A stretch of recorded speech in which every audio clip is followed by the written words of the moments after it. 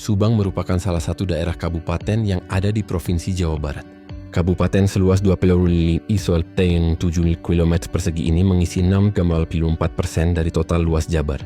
Kabupaten Subang biasa dijuluki sebagai kota nanas karena memiliki banyak komoditas nanas dari para petaninya. Selain itu, Kabupaten Subang juga memiliki sejarah yang menarik untuk ditelusuri lebih lanjut. 4 versi asal-usul nama Subang.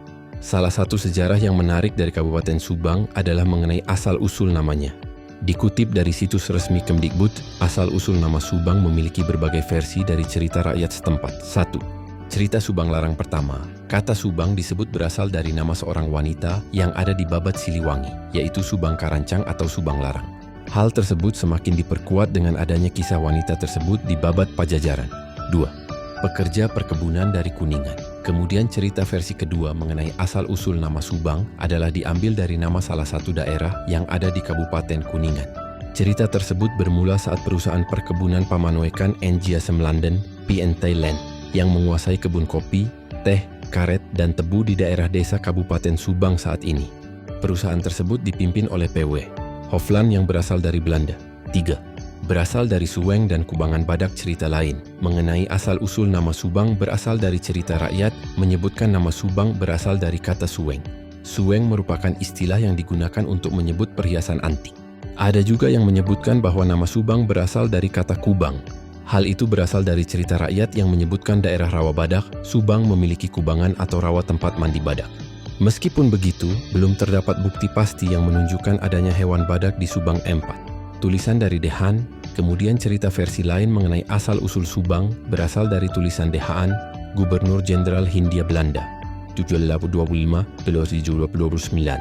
Dalam tulisannya, Dehaan menceritakan pada tanggal 6 Oktober 1892, Cooper, komandan tentara kompeni, berhasil memukul mundur 160 pasukan Surapati sampai Madura.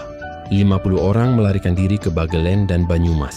Sedangkan pasukan Van Hapel dari Imbanagara menuju Dayuh Luhur, melintasi Cijolang, dan melewati Subang untuk kembali ke Cirebon. Sejarah Kabupaten Subang berdasarkan situs resmi Kabupaten Subang disebutkan bahwa kota nanas ini sudah ditempati masyarakat sejak masa prasejarah.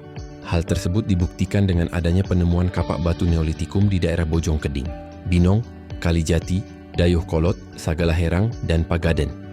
Penemuan tersebut menunjukkan bahwa wilayah Kabupaten Subang saat itu ditempati masyarakat yang bergerak di sektor pertanian sederhana. Penemuan lain yang membuktikan adanya kehidupan prasejarah di Kabupaten Subang adalah situs Kampung Engkel di Sagalaherang. Situs tersebut menunjukkan berkembangnya kebudayaan perunggu di Subang. Wilayah Subang juga disebut sebagai salah satu wilayah kekuasaan dari 3 kerajaan Hindu, yaitu Galuh, Pajajaran, dan Tarumanegara.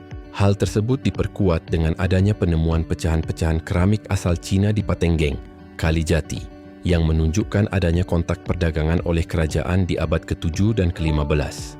Subang juga disebut sebagai salah satu daerah yang dikuasai oleh kerajaan Sunda. Hal tersebut disampaikan oleh Tome Pires dari Portugis yang menyusuri pantai utara Jawa. Ia menyebutkan bahwa kawasan timur Sungai Cimanuk sampai Banten adalah wilayah kerajaan Sunda. Kemudian Subang juga menjadi salah satu daerah kebudayaan Islam.